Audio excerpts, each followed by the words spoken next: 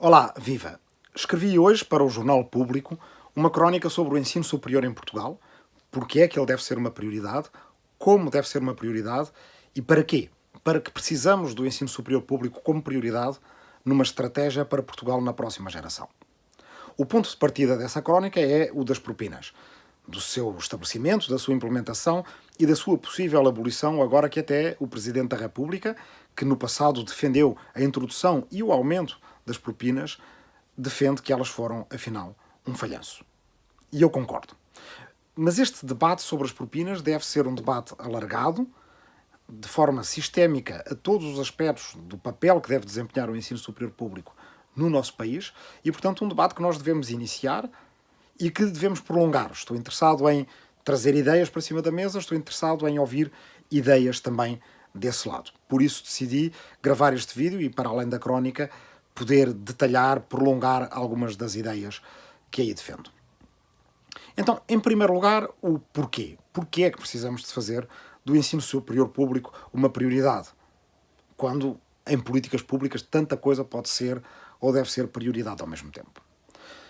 Defendo que com a globalização, com as questões do euro e do projeto europeu, com a crise ecológica que estamos a viver, com a desterritorialização do emprego, com a automação do trabalho, com as necessidades de uma cidadania exigente que saiba distinguir entre informação fidedigna e informação falsa, com a ascensão do populismo e a regressão democrática em tantos países do mundo, não há nenhum desafio contemporâneo que Portugal precise de enfrentar no qual não precisemos de uma sociedade informada, com altos níveis de qualificação, informada e capaz de saber onde procurar mais, melhor formação e informação.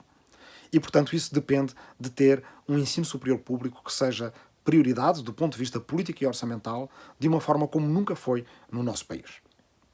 E, portanto, se esse é o porquê, agora vamos ao que provavelmente muita gente acha que é o crucial. Como?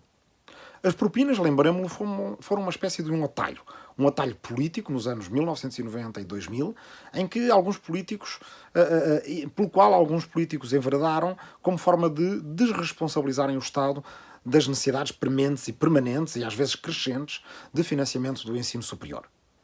Como se fosse possível pôr essas necessidades dentro de uma gaveta e despreocuparmos delas. A prova de que não é possível fazê-lo é que, chegada à crise, as universidades e politécnicos e o resto do ensino superior público em Portugal ficaram com o financiamento estagnado desde 2008 até hoje, na altura em que provavelmente Portugal mais precisaria de apostar na formação e na qualificação dos seus cidadãos. Mas a esse atalho político correspondeu também uma espécie de um atalho social, aquele que nós ouvimos muitas vezes usar na conversa cotidiana das pessoas que dizem que querem ser doutores, paguem, como se só beneficiasse a universidade aquele ou aquela que nela anda, que a frequenta e que de lá sai com um canudo de licenciatura, ou mais importante ainda nos dias de hoje, de mestrado ou doutoramento. Essas pessoas defendem que a universidade deve funcionar com um esquema de utilizador-pagador, esquecendo-se de que o utilizador da universidade é a sociedade como um todo. Países com sistemas universitários muito avançados têm um papel mais especializado, de maior valor acrescentado na globalização, na economia das suas regiões e do mundo inteiro. Todos nós beneficiamos se Portugal tiver um ensino superior público mais avançado. E, portanto, utilizadores somos todos e o Estado deve cumprir com a sua cota-parte de financiamento do ensino superior. Seria demasiado simples, no entanto, fazer agora o atalho inverso. Dizer as propinas financiam as universidades em cerca de 330 milhões de euros por ano e, portanto, o Estado passa a cobrir esses 330 milhões e voltamos à situação que é basicamente a mesma, só que deixam de financiar uns, passam a financiar outros. Isso por si só poderia ser importante para abrir acesso da universidade a mais gente que foi vítima da introdução de propinas, desistindo com isso de projetos, de sonhos, da sua formação, de que o país também teria beneficiado, mas fazer da abolição das propinas um atalho, como a introdução das propinas foi um atalho, far-nos-á perder uma oportunidade. A oportunidade de facto, priorizar o ensino superior público e de o integrar numa estratégia para Portugal. Ora, que ideias podemos ter para o financiamento do ensino superior em Portugal? Na crónica sugiro 3, que estão em cima da mesa para debate, evidentemente, que elas não são perfeitas nem definitivas, mas se destinam a criar caminho e também, provavelmente, a que pensemos que o financiamento do ensino superior pode e talvez deva depender de mais do que uma forma de financiamento, porque isso será mais estável e mais sustentável. Então, a primeira é uma que tem provado ser muito importante nas universidades portuguesas, ou de língua portuguesa, devo dizer, que mais altos lugares têm tido nos rankings internacionais. Falo das universidades do Estado de São Paulo, no Brasil, que são financiadas, é um dado pouco conhecido, mas muito importante, por cerca de 1/3 do imposto interestadual sobre transporte de mercadorias. É um imposto que no Brasil é arrecadado pelos Estados. O Estado de São Paulo decidiu que 1/3 dele serve para financiar o seu sistema universitário de altíssima qualidade. Curiosamente, é um modelo que tem raízes muito profundas na história de Portugal, porque o Marquês de Pombal, no século XVIII, decidiu, através de uma coisa chamada subsídio literário, que era um imposto sobre o álcool e o tabaco, financiar a sua reforma dos estudos. Estudos secundários, estudos universitários e estudos intermédios no Real Colégio dos Nobres.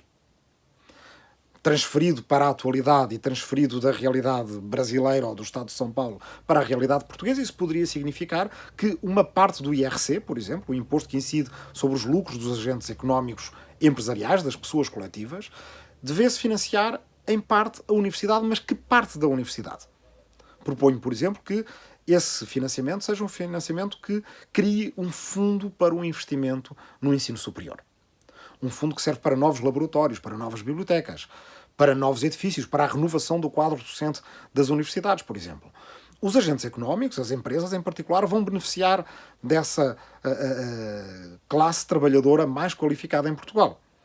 Vão, com isso, ter lucros em áreas de maior valor acrescentado na economia portuguesa, europeia e global.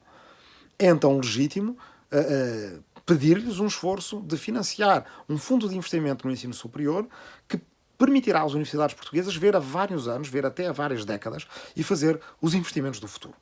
E, portanto, este pode ser um elemento importante de uma espécie de tripé de financiamento do ensino superior em Portugal. Segundo elemento, o Estado, o Orçamento Geral do Estado.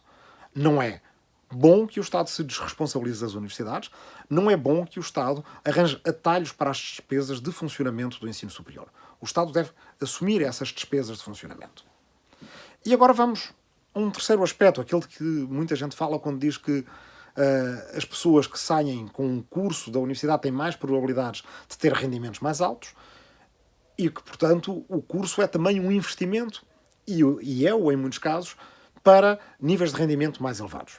Mas não é sempre. Nem toda a gente que termina um curso universitário vai ganhar acima da média. Qual é então a proposta que se pode fazer? Ao invés de nas propinas, onde se paga para estudar, pode-se supor a criação de um fundo financiado através de uma consignação de uma parte dos impostos de quem frequentou o ensino superior e ofere rendimentos mais elevados, ou rendimentos acima da média. Uma parte desses impostos, a exemplo do que se faz de forma voluntária para, por exemplo, financiar ONGs com 0,5% ou 1% do IRS, mas aqui de forma abrangente para todos os que beneficiaram de um determinado sistema, poderia servir não para financiar as despesas de funcionamento corrente das universidades, mas para financiar todos os outros aspectos que têm a ver com as bolsas dos estudantes individuais que estão neste momento no ensino superior, ou que estarão naquele momento no ensino superior. Ou seja, nós sabemos que abolir as propinas não vai bastar para abrir as oportunidades universitárias aos estudantes que precisam de pagar alojamento, que precisam de pagar livros, que precisam de viver enquanto estudam. Ora, uma criação de um sistema robusto de bolsas que seja financiado por quem já beneficiou do ensino superior e ofere rendimentos acima da média pode ser uma forma de podermos apoiar quem precisa de bolsas, algumas das quais são neste momento financiadas pelas propinas, e que, em vez de estarem a ser financiadas por quem está a pagar para estudar, podem ser financiadas por quem está a pagar por ter beneficiado, em termos de rendimentos, por já ter estudado no sistema superior público em Portugal. E, portanto, com um tripé destes, em que os agentes económicos apoiam os investimentos de futuro das universidades através dos impostos e, portanto, através de uma vinculação de uma parte do IRC para o Orçamento Geral do Estado, portanto, gerida de forma democrática pelos órgãos de soberania nacionais. uma outra parte de financiamento através do Orçamento Geral do Estado, diretamente para assegurar despesas de funcionamento. E a criação de um sistema intergeracional de apoio aos novos estudantes, com bolsas que essas sim permitam finalmente fazer face às despesas que deixam tanta gente das classes baixa e média baixa e até da classe média fora da universidade, poderia ser um sistema mais sustentável e mais abrangente. Para quê? E essa é a questão final. Na crónica falo de 3 objetivos fundamentais. Renovar o corpo docente das universidades em Portugal. Um objetivo tantas vezes adiado e tão necessário e que seria relativamente fácil de obter, uma vez que nós formamos quadros com doutorados portugueses muito bem qualificados internacionalmente que, entretanto, não encontraram lugar nas universidades em Portugal como docentes e também, uma vez que podemos, com as universidades portuguesas, atrair quadros docentes de fora, de outros países, para lecionar nas universidades em Portugal. Porque elas precisam de ser universidades de alto valor acrescentado, precisam de se comparar bem com as outras universidades estrangeiras, precisam de ser ambiciosas nos estudantes de grande qualidade que podem atrair, não só nacionais, não só do espaço lusófono, como em grande medida já fazem, abrindo-se aos exames nacionais de acesso à universidade, por exemplo, do Brasil, como já acontece, mas também promovendo, e esse seria o segundo objetivo, uma maior europeização das universidades portuguesas. A União Europeia vai precisar, mais tarde ou mais cedo, de pensar em universidades da União. Seria importante que Portugal antecipasse essa tendência e que começasse a aceitar estudantes de toda a União Europeia e de todo o continente europeu, não só para o Erasmus, mas para todo o grau universitário. Claro que as questões do financiamento a partir desses alunos têm que ser discutidas como se fosse uma espécie de subcapítulo desta noção mais geral de financiamento do ensino superior, que podemos discutir mais em detalhe. Mas passemos ao terceiro objetivo. O terceiro objetivo, do meu ponto de vista, é o mais importante de todos. Tem a ver com ter universidade para todos e sempre que necessário. Universidade para todos, porque muitos países estão a discutir já fazer do ensino superior um ensino obrigatório. A proposta que faço na crónica é de que Portugal deva pensar num ciclo geral universitário ao qual os estudantes do ensino secundário terão acesso e que já nas universidades, possam ter introdução ao método científico, à investigação com fontes, à destrinça entre informação falsa e informação fidedigna, bases de direito, de economia, de política, de história, aquelas que fazem da nossa sociedade, ou que farão da nossa sociedade, uma sociedade mais exigente, mais esclarecida, mais informada. Mas, acima de tudo, um ciclo geral universitário que permita fazer passar esta mensagem. Quem quiser continuar os estudos no imediato pode e deve ser apoiado através dos sistemas de que já falei para o fazer. Todos os outros devem saber que têm na universidade uma casa à qual podem sempre regressar, cujas portas estão abertas e na qual se devem sentir à vontade. Porque a universidade, o ensino superior, incluindo politécnicos, deve servir não só quando acabamos os estudos secundários e estamos a fazer a nossa primeira formação, mas pode servir para quem precise de, aos 30, 40, 50 ou 60 anos, regressar porque precisa de se formar de novo, porque quer mudar de escolhas profissionais ou porque se aposentou e quer ter uma aposentadoria ativa também do ponto de vista intelectual e, portanto, encontre na universidade a resposta a esse seu anseio. Desta forma, se discutirmos bem na próxima década o que queremos fazer do ensino superior em Portugal, podemos começar também a ter uma ideia do que queremos que Portugal seja na região do mundo onde se insere, que é a Europa, na área cultural, onde tem um papel determinante, que é a da lusofonia, e na globalização em geral. São, portanto, ideias que ficam em cima da mesa, que espero debater muitas vezes nos próximos meses e anos, porque é mesmo essencial que nós saibamos utilizar a discussão sobre financiamento do ensino superior e sobre a possível e, do meu ponto de vista, desejável abolição de propinas como uma forma de fazer um debate abrangente sobre porque é que precisamos do ensino superior como prioridade em Portugal, como devemos financiar o ensino superior para que ele esteja à altura dessa prioridade política e para que é que podemos usar a universidade inserida numa estratégia para Portugal para a próxima geração. Obrigado.